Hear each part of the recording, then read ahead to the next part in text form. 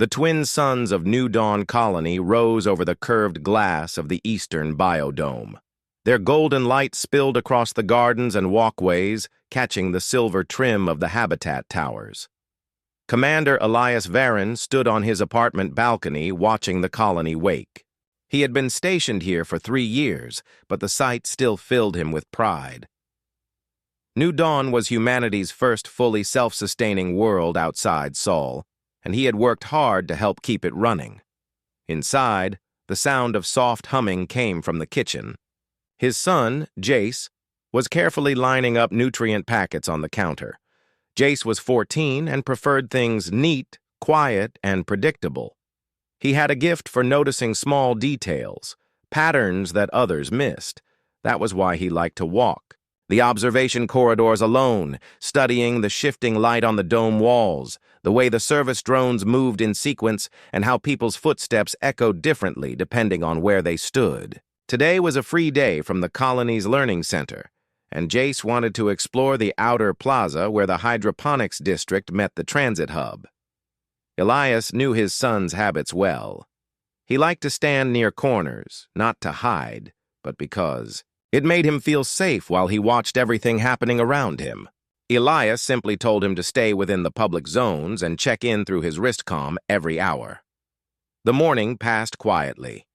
Elias worked on colony security reports, cross-checking drone patrol logs. Around midday, a faint chime sounded from his console. It was an incident alert, tagged Level 2. Not critical, but requiring immediate review. The sender was Overseer Talra Venn, head of the residential council and notorious for her strict enforcement of rules. The message was short. Commander Varon, your son was found loitering suspiciously near the plaza's security gates. He was neutralized for non-compliance. You are required to report to the council chamber immediately. Elias froze. Neutralized? That term was used for a low-level stun pulse from a civilian control wand, legal for overseers to carry, but only in real emergencies. He grabbed his jacket and sprinted for the transit lift, his mind racing through possibilities. When he reached the plaza, a small crowd had gathered. 2 council wardens stood near the east gate, keeping people back. At their feet, a dropped stun wand lay next to a thin streak of dust. Across from them, a medical assistant was scanning Jace, who sat upright but dazed on a bench. His wristcom blinked slowly, showing a missed check-in. Elias knelt beside his son. Jace, are you hurt? Jace blinked twice and focused on his father. I was just standing there. I wanted to see how the cargo drones unload from the shuttle. She came up and asked me why I was lurking. I didn't understand. I said I was only watching. Then there was a bright light and a heavy feeling in my legs. Elias kept his voice calm. It's all right. We'll talk about it later. He stood and faced Overseer Talra, who was speaking to a clerk while rubbing the bridge of her nose. Her expression was tight, and there was a faint bruise forming under her eye. What exactly happened here? Elias asked, his tone controlled. Talra crossed her arms. Your son was in a restricted stance near the security gates, watching officers and machinery. That is classified as loitering with potential threat intent. I approached him for questioning. He refused to move and made a sudden shift forward. I acted to prevent possible harm. Unfortunately, during the process he turned and my control wand slipped. I sustained this injury in the struggle. Jace's voice was quiet but firm. I didn't move forward. I only stepped aside because someone behind me needed to pass. Elias looked from his son to the overseer. Talra, Jace has clearance for all public walkways, and a sudden shift is not the same as aggression. You know the stun wand policy. It is for direct, immediate threats. Was my son armed? Was anyone in danger? Talra hesitated. That is irrelevant. Protocol allows... No, Elias interrupted. Protocol requires judgment, and this colony is built on trust as much as law. If you cannot tell the difference between a curious boy and a threat, you are unfit to carry that wand. The wardens shifted uncomfortably, but Talra's jaw tightened. This matter will be reviewed by the residential council. And since your son's movement caused me injury, I am filing a formal claim for personal damages, the crowd murmured. A few colonists whispered to each other, shaking their heads. Elias knew that disputes like this could spiral quickly. In a small colony, reputation was as important as oxygen reserves. He also knew that humanity's honor tribunal, a system created to prevent abuse of authority in frontier worlds, would take such a case very seriously if it reached them. He helped Jace to his feet and started toward the medbay. We'll be ready for that review, and if the council cannot see reason, the tribunal will. As they walked away, Jace spoke softly. Did I do something wrong, Dad? Elias put a steady hand on his shoulder. No, son. Sometimes people misunderstand what they don't take the time to see, but humanity came to the stars because we learned to stand for what is right. We'll show them the truth. Behind them, the suns had climbed higher, casting sharp lines across the plaza. The overseer watched them go, her expression unreadable. Somewhere deep in the colony's central archives, the incident was already logged, and in less than a cycle, it would be called up for review before the honor tribunal. The council chamber of New Dawn Colony was a wide, circular room built from pale alloy panels and transparent glass arcs. From the balcony windows, the view stretched across the plaza, the hydroponics towers, and the landing pads where shuttles rose like silver seeds into the sky. Inside, 10 council members sat in a half-circle, each with a small slate for recording notes. In the center, a polished floor reflected the light from the overhead panels. Commander Elias Varon entered with Jace at his side. They had both worn plain gray tunics, a symbol of neutrality in colony disputes. Several colonists filled the public gallery above, their faces curious and tense. Overseer Talra Ven stood on the opposite side of the chamber, her bruise faintly visible under a layer of medic gel. She held her own slate and kept her eyes forward. Council Chairwoman Marin Lyra, a tall woman with streaks of silver in her dark hair, tapped her hand against the desk. We are here to review Incident Report 24-17, concerning alleged misuse of a civilian stun device against a minor and an injury sustained by the reporting party. We will hear statements from both sides, examine witness accounts, and decide whether to forward this matter to the honor tribunal. Her voice carried the calm authority of someone who had handled disputes for years. She gestured toward Talra. Overseer Ven, you may present your account first. Talra stepped forward, her posture straight. On the day in question, I observed Commander Varon's son, Jace, standing in close proximity to the eastern security gates. He remained there for several minutes, observing security officers and drone operations. His position was within the designated caution perimeter. When I approached to inquire, he refused to move. His sudden movement forward caused a potential breach of safety. I discharged my stun wand at low setting to prevent escalation. In the process, my balance shifted, and I sustained an injury to my nose. She turned toward the council members. I acted in the interest of public safety, following the protocols assigned to my office. I believe my actions were necessary and justified. Chairwoman Marin made a note on her slate, then looked to Elias. Commander Varon, your response. Elias stepped forward slowly. Council members, my son has clearance to stand in any public walkway. He was not within a restricted zone. He was watching the cargo drones unload, as he often does. When Overseer Ven approached, he attempted to step aside to allow another person to pass. That movement was mistaken as a threat. No weapon was present, no aggressive act occurred, and there was no danger to anyone in the plaza. Stun devices are meant for immediate, clear threats, not for misunderstandings. I believe the use of force in this case was unnecessary and harmful. He glanced toward the public gallery where a few colonists nodded quietly. Our laws exist to protect safety, yes, but also to protect trust. On a world like New Dawn, where every person's actions affect our survival, authority must be guided by judgment and fairness. If we cannot tell the difference between curiosity and danger, we risk eroding that trust. Council member Ral Orvin, a short man with a sharp gaze, leaned forward. Overseer Venn, was the caution perimeter clearly marked? Talra replied, the perimeter was not marked physically, but it is stated in the security guidelines distributed to all residents. Ral turned to Elias. Commander, was your son aware of these guidelines? Elias answered honestly.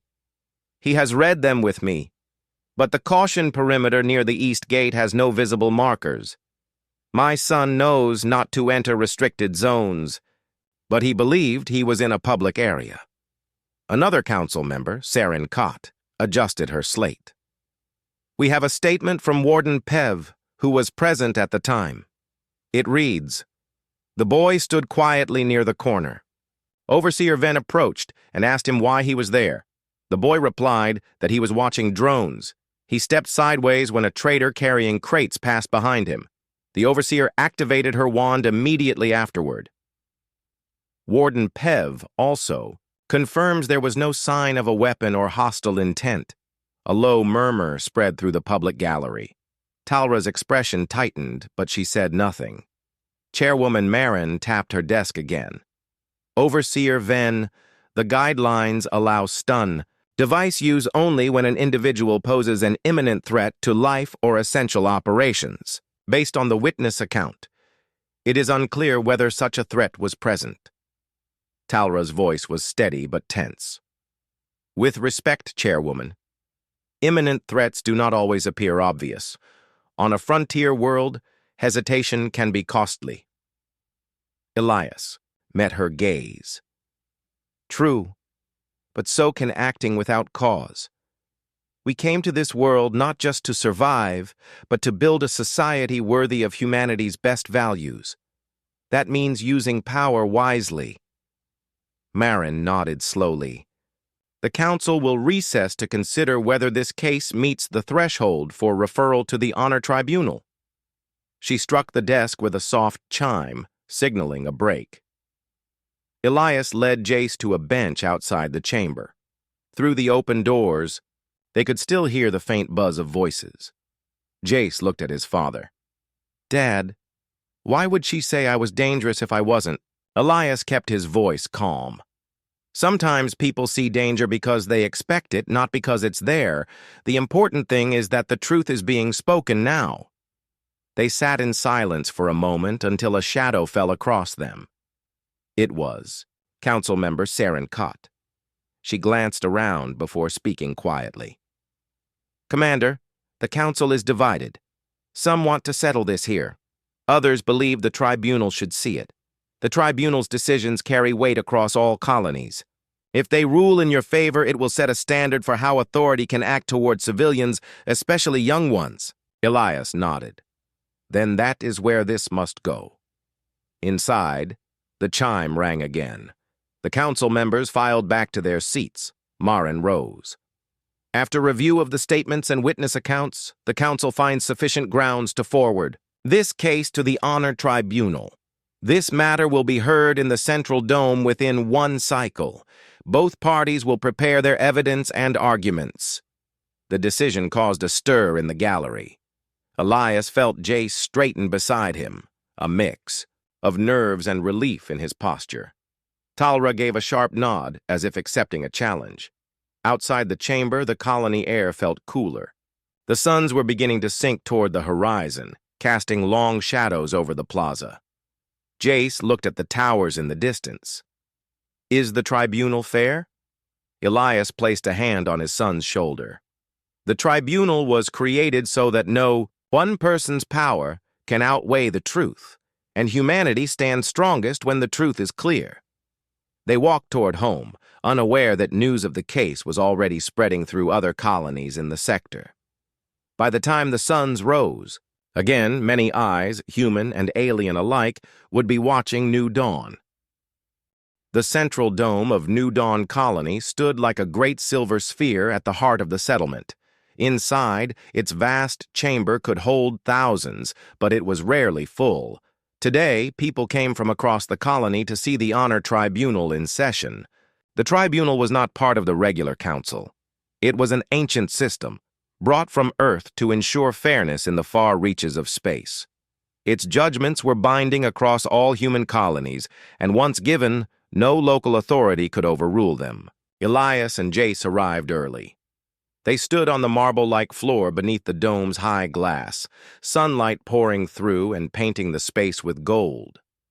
Around them, colonists found seats, their voices low but charged with curiosity. There was an air of importance, as if history might be made here.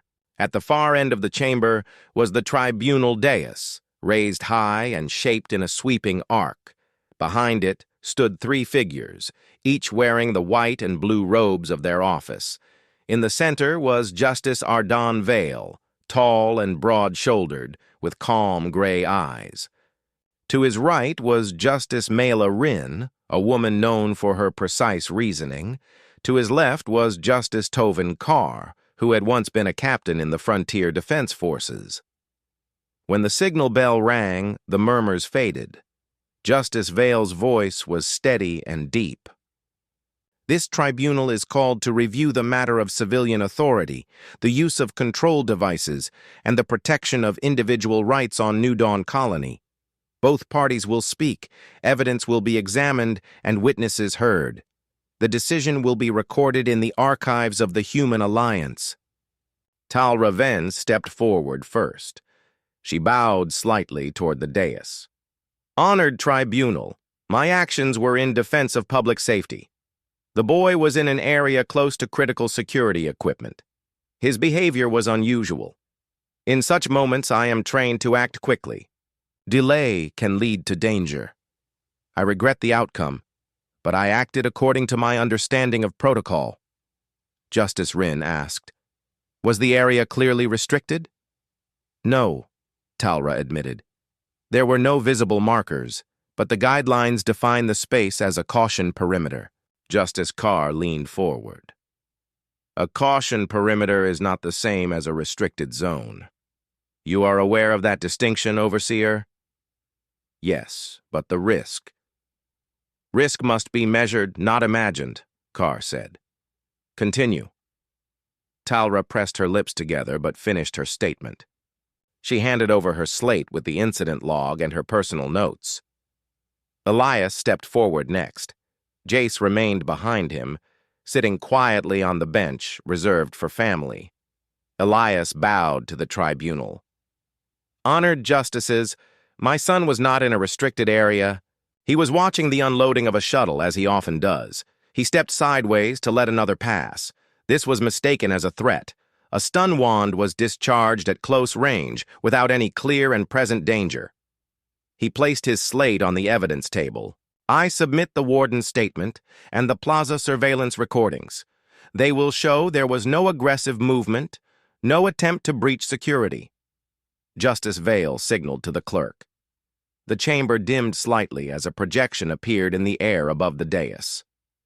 The recording showed the plaza in bright daylight.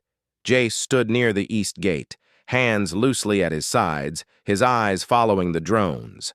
Talra approached from the left, spoke briefly, and then Jace shifted one step to the side.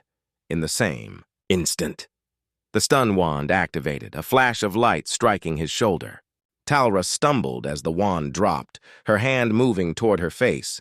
The projection ended. A ripple went through the crowd. Justice Vale turned to Talra. The evidence shows no aggressive act. Can you explain why you considered this an imminent threat?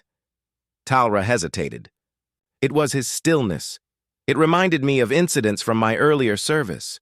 When someone stands so quietly watching, they may be preparing for action.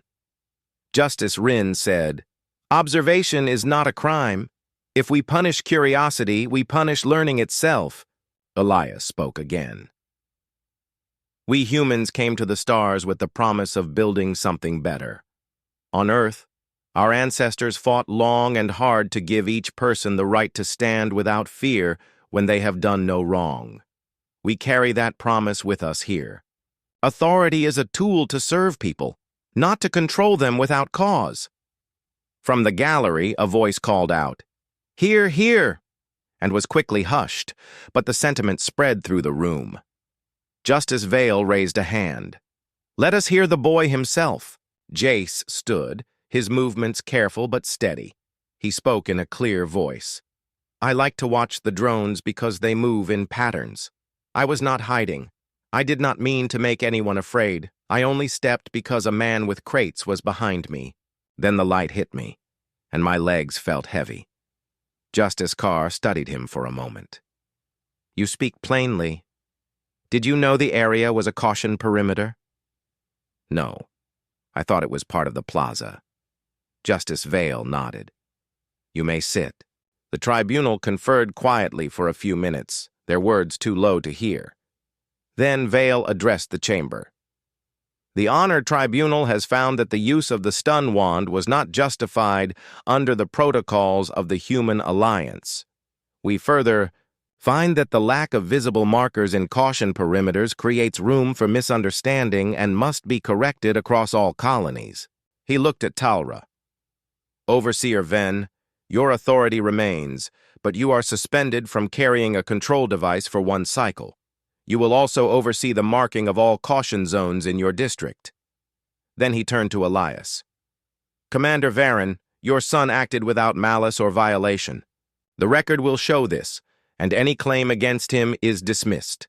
This decision will be sent to the Alliance archives as precedent."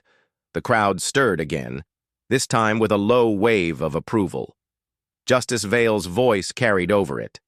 "We humans must remember why we came to these worlds, not only to survive, but to live in a way worthy of the journey. Let this judgment stand as a reminder." The session ended with a clear chime. Elias placed a hand on Jace's shoulder, and they walked out into the plaza. The suns were high, and the air felt lighter. People stepped aside to let them pass, some offering quiet nods. Jace looked up at his father. "Does this mean it's over?" Elias smiled faintly. "It means the truth was heard. That is the best ending we can ask for." Above the dome, a shuttle rose into the bright sky, carrying the tribunal's decision to the network of human worlds. Somewhere out there, others would read it and know that on New Dawn, fairness had prevailed. 2 days after the Honor Tribunal's decision, the plaza of New Dawn felt different. The usual bustle of traders and travelers was still there, but there was a quiet undercurrent of respect whenever Elias or Jace passed. Word of the ruling had traveled faster than expected. On the main colony news boards, the case was listed under Alliance Precedent Update, Civil Authority Boundaries. Elias knew it would be discussed on other worlds, but he had not expected the messages that began arriving. Some came from officers on distant colonies, others from teachers on mining stations, and even a few from people he had never met. They all said the same thing in different words. What happened on New Dawn matters to all of us. In the hydroponics district, an older colonist named Rena stopped Elias to speak. She had run the colony's greenhouse towers since before he arrived. "Commander, I have seen many rules come and go, but this is the first time in years that people are talking about fairness instead of fear. Your son did nothing wrong, and you made sure the truth was seen." Elias thanked her, but he also knew that not everyone felt the same way. Some believed the tribunal's ruling would make authority figures hesitate, and that hesitation could bring risk. Overseer Talra had not spoken to him since the decision, but he had heard she was working to mark every caution zone in her district. He hoped she would do it well. That afternoon, while Jace was at the Learning Center, Elias received a priority notice from the colony's comm office. It was marked with the seal of the Human Alliance fleet. The message was short. "Commander, Varen, your presence is requested at Docking Bay 3 at sunset. Incoming diplomatic shuttle requires escort." When he arrived at the bay, The suns were dipping toward the horizon, and the air carried the cool scent of evening. A sleek shuttle, painted with the dark blue and silver of the Alliance diplomatic corps, descended on silent thrusters. The hatch opened and 3 figures stepped out. The first was a woman in the deep green uniform of the corps, her hair tied back neatly. The second was a man carrying a slim case. The third was not human at all. Elias recognized the species from Alliance records. A Yaren envoy, tall and slender with skin that shimmered faintly like brushed metal. The Yaren were allies but rarely visited frontier colonies in person. Their presence here meant the news had spread beyond human worlds. The woman introduced herself. Commander Varen, I am diplomat Lyra Soren. This is Archivist Merrick and Envoy Saul of the Yaren Union. We are here because your recent tribunal case has drawn attention across our shared territories. Elias kept his tone formal. I did not expect it would reach so far. Envoy Saul's voice was smooth, almost musical. It did because it speaks of something all civilizations struggle with. Power and fairness must balance. Your tribunal showed a way to keep that balance without fear. This is important to us. They walked through the bay toward the central dome. Lyra explained that the Alliance wanted to use the New Dawn ruling as an example in training materials for both human and allied officers. It will be studied.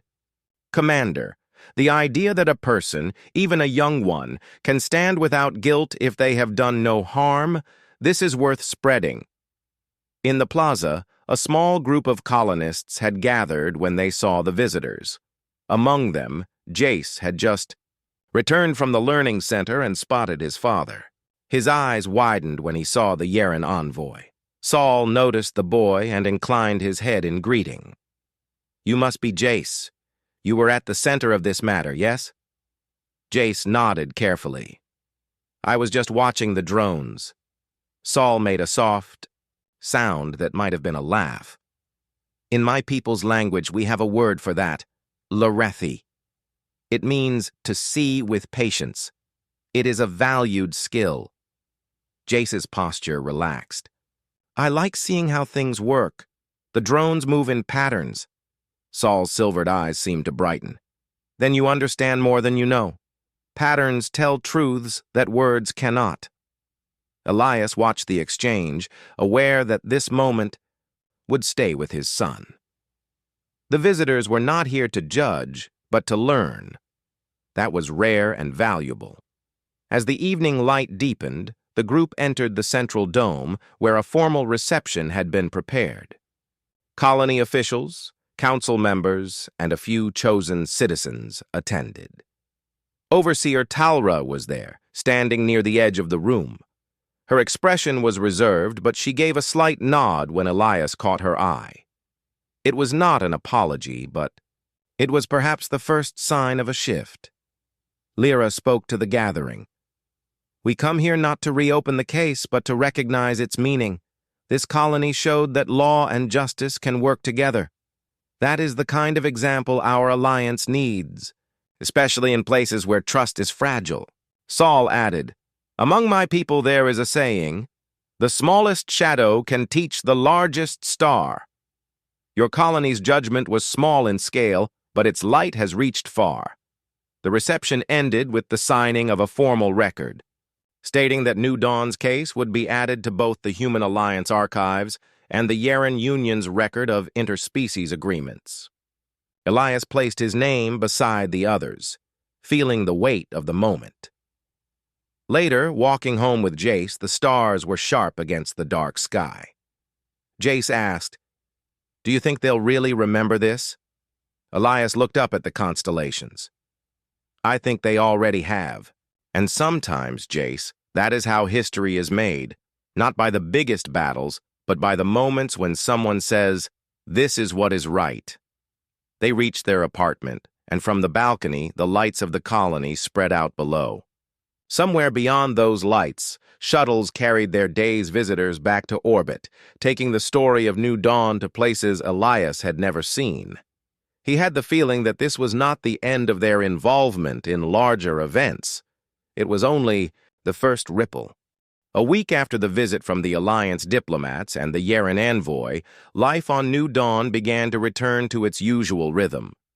The plaza bustled again, hydroponics towers shimmered under the suns, and Jace returned to his quiet walks by the observation corridors. Yet Elias could feel something beneath the calm, like a low hum waiting to rise. The feeling became real when a sealed dispatch arrived on his console, bearing the mark of the Human Alliance Security Council. The message requested his presence, on Horizon Gate, a major colony 3 systems away. The words were formal. Matter concerns recent precedent established on New Dawn. Your testimony and counsel are required. Horizon Gate was not just another colony. It was the largest trade hub in the sector, with a population drawn from many human worlds and a few allied species. Its scale made it powerful, but also made disputes more complicated. If something was happening there connected to New Dawn's ruling, it meant the precedent had already reached beyond diplomacy into politics. Elias informed the local council of his summons. Chairwoman Marin gave him a measured look. If they are calling you, it means the ruling is being challenged somewhere. Be careful, Commander. Not all colonies welcome limits on authority. He left on the next shuttle, taking only a small case and his service tablet. The journey through the void was calm, the stars steady outside the viewport.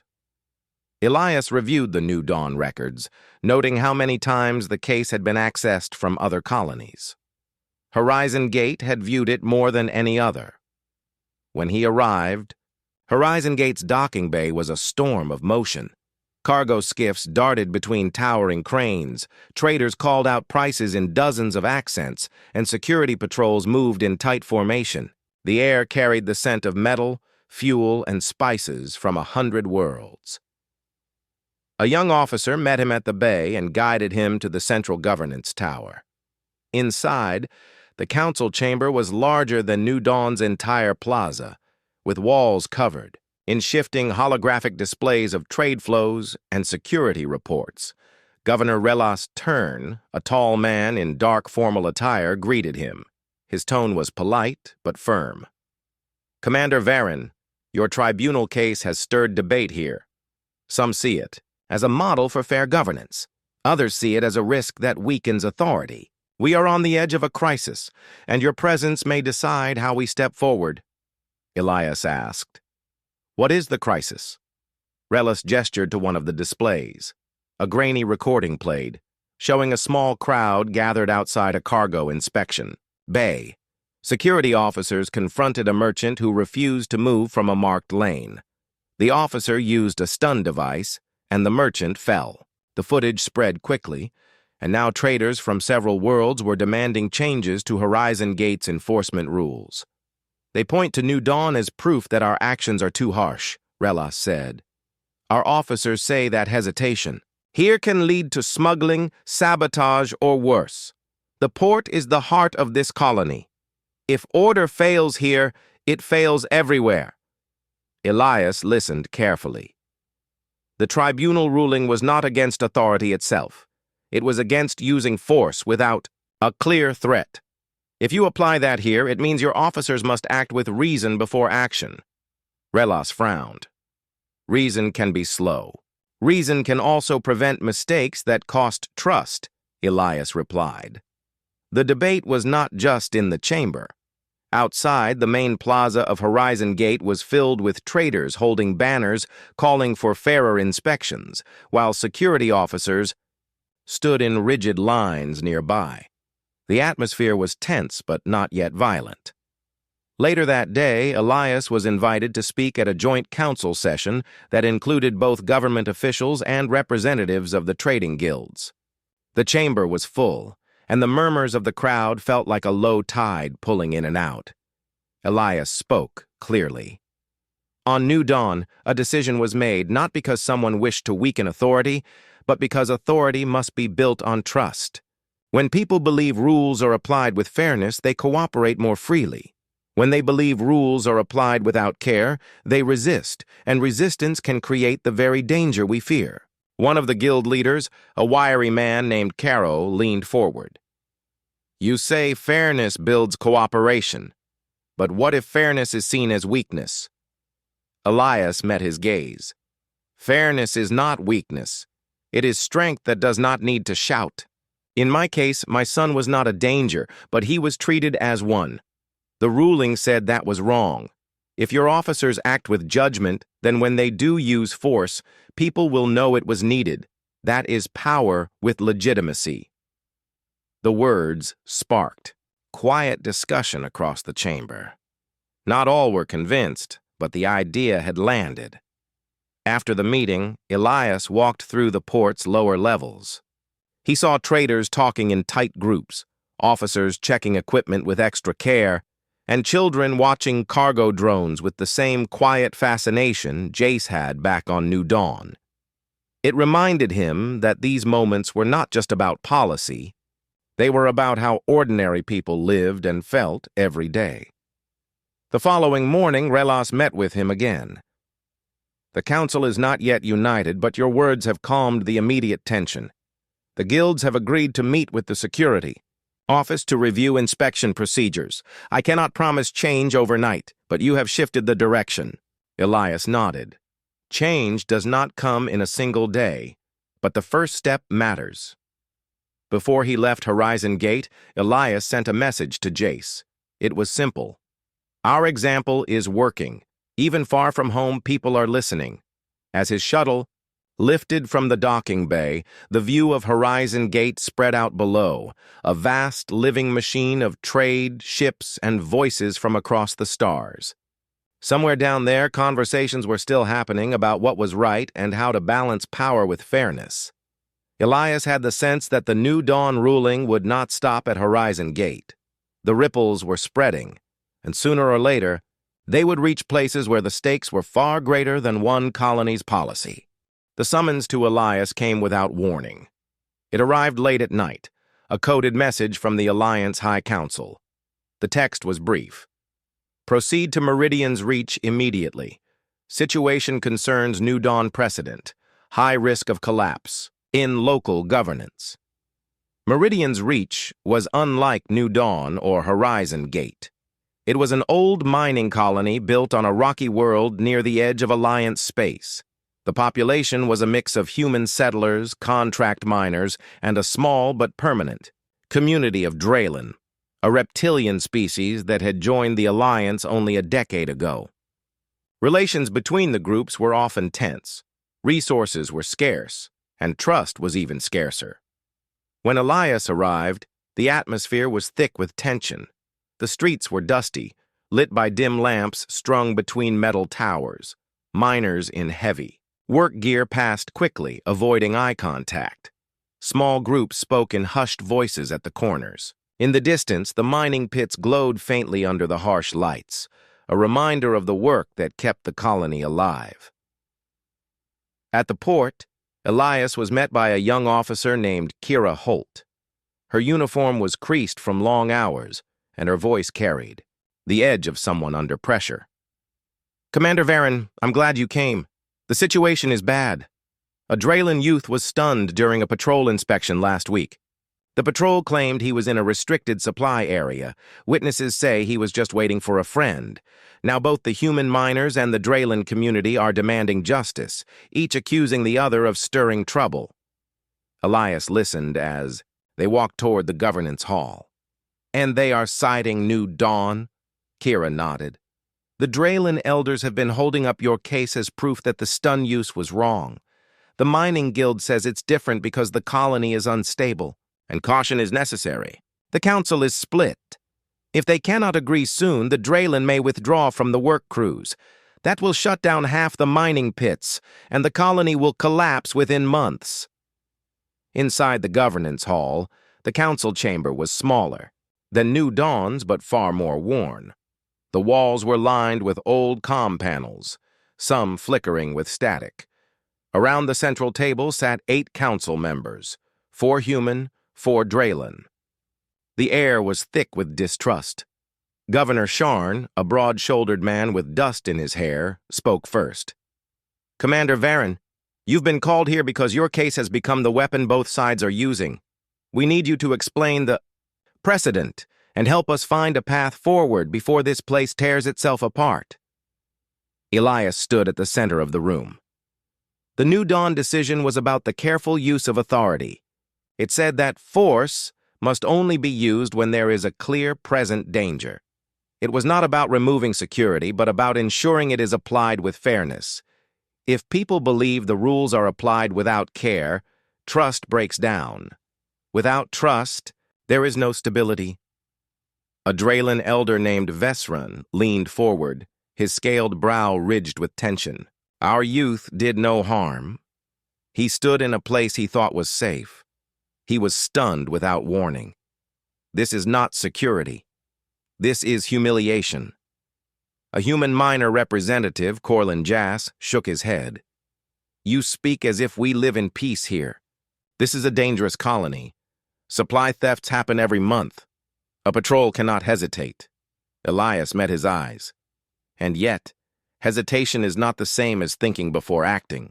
A decision made with care is stronger than one made in fear. The discussion stretched late into the night. Both sides argued their points, neither willing to give ground. Finally, Elias suggested they visit the place where the incident happened. Next morning, under a pale, cold sun, they walked to the supply area. It was near the edge of the mining pits, marked only by a faded sign and a few rusted barriers. Elias stood where the Draylen youth had been. The space was open enough for cargo movement, but close to the main path. There were no clear warnings. This is like New Dawn's East Gate, Elias said. It is called restricted in guidelines, but there is nothing to show it. Anyone could stand here without knowing they are in danger of breaking a rule. Vesrun nodded slowly. Corlin crossed his arms, but did not argue. Elias continued, You cannot enforce what is invisible. If you mark the area clearly, then anyone, inside, it is knowingly crossing a line. That makes enforcement fair. Without that, you create resentment. And resentment here could destroy everything you have built together. The simplicity of the solution seemed to shift the air. It was not the end of the dispute, but it was a step both sides could accept. The council voted to mark all restricted zones within a week, using both human and Draylen symbols so no one could claim confusion. Before leaving, Elias met privately with Vesrun and Corlin. Your people have more in common than you see. You both depend on this colony's survival. If you spend all your strength on mistrust, you will lose what you have. But if you set clear rules and follow them with fairness, you might build something worth keeping. As Elias prepared to board his shuttle, Kira Holt approached. I think you've bought us time. They're still wary, but now they have something they can agree on. That might be enough to keep this place alive. Elias looked back at the dusty towers of Meridian's Reach. Time is the first gift we can give. What they do with it will decide the rest. The shuttle lifted, leaving the fractured colony behind. As the planet shrank below, Elias knew that the New Dawn precedent was no longer just a story about his son. It had become a thread running through the fragile fabric of the Alliance, pulling at the places where trust and power met. And somewhere out there, he suspected, the next challenge was already waiting. The call came from the Alliance High Council, just as Elias returned from Meridian's Reach. The message was formal and brief. Your presence is required at the Grand Assembly on Helios Prime. Subject, Review of Human Conduct Standards. Participants. All member species. Urgent. Helios Prime was not just another colony or station. It was the shining heart of the Alliance, a city of glass and silver towers, built on the surface of a calm ocean world. The Grand Assembly Hall stood at the center, a vast dome of crystal panels that caught the sunlight and cast shifting patterns across the floor inside. Here, the great debates of the Alliance took place, and laws that shaped dozens of worlds were decided. When Elias stepped off the shuttle, he was greeted by an attendant in formal silver robes. "Commander Varen, the council awaits you. Delegates from 27 member species are present. You will be the first to speak." Inside the hall, rows of tiered seats rose in a wide circle around a central platform. Each seat was marked with the colors and symbols of a member world. The air was filled with low voices in many languages. As Elias walked to the platform, the sound faded. High Chancellor Lureth, a tall figure with pale, leaf-like skin, addressed the chamber. "We are gathered to discuss the precedent known as the New Dawn case. Since that ruling, human standards for the use of authority have influenced multiple colonies and sparked disputes, as seen in Horizon Gate and Meridian's Reach. Some call this a model for all worlds. Others call it a danger to stability. Today, we hear from its source." Elias took a slow breath and began. "I did not come here to claim that humanity's way is perfect. I came because I believe in something simple. Power must serve the people, not control them. Rules must be clear and fair. Authority must be used with care, not fear. These ideas guided the decision at New Dawn, and they have guided me since." Representative from the Corin swarm, a multi-limbed insectoid species, clicked their mandibles. "Your standard may weaken our defenses. In dangerous places, hesitation can cost lives." Elias met their gaze without flinching. "Care is not hesitation. Care is knowing why you act and what your action will cost. It is strength to pause and see clearly before moving. That kind of strength prevents mistakes that cannot be undone." From another tier, a Draylen elder, Vesran from Meridian's Reach, rose to speak. "In my world, Commander Varen's standard gave two peoples a path away from collapse. We did not lose security. We gained trust, and trust is the root of lasting safety," the chamber murmured. Some nodded, others frowned. A tall human delegate from the Outer Belt colonies spoke next. "If we adopt this as an alliance standard, all security forces will need retraining. Some worlds will resist, some will refuse entirely. Are you ready for the unrest this will bring?" Elias answered calmly. "Unrest comes when people feel unheard and unseen. This standard does not weaken order. It makes order worth respecting. If people see that rules are fair, they will stand with you. Without that, no amount of force will hold them." The debate went on for hours. Delegates told stories from their worlds. Some spoke of order kept by strict control. Others spoke of chaos born from unfair enforcement. Again and again, the New Dawn precedent was named. Finally, Chancellor Lureth called for a private council of senior delegates. Elias waited outside, looking through the tall glass panels at the ocean beyond. The waves caught the sunlight, flashing gold and silver. He thought of his son back on New Dawn, safe now but still marked by what had happened. This was why he had come so far, to make sure no one else had to face the same wrong. When the council returned, Lureth's voice carried through the hall. "The High Council has reached its decision. The New Dawn Standard will be recognized as an alliance guideline for conduct in authority. It will not be mandatory for all worlds, but it will serve as the model for those seeking a balance between safety and fairness. Training programs will be offered to any who request them." The words sparked a wave of discussion in the hall. Some delegates looked pleased, others thoughtful. A few left their seats in silence. Vesran approached Elias with a slight bow. "You have given us a bridge. It is up to us to walk across it." Elias nodded. "Bridges mean nothing unless they are used, but now at least the way is there." As the session closed, Lureth spoke once more. "Commander Varen, humanity has brought many things to this alliance, some difficult, some valuable. Today, you have brought us a question we must all keep asking. In all our worlds, with all our power, are we protecting our people or only controlling them? The answer will decide the future. Outside, the sun was setting over the ocean.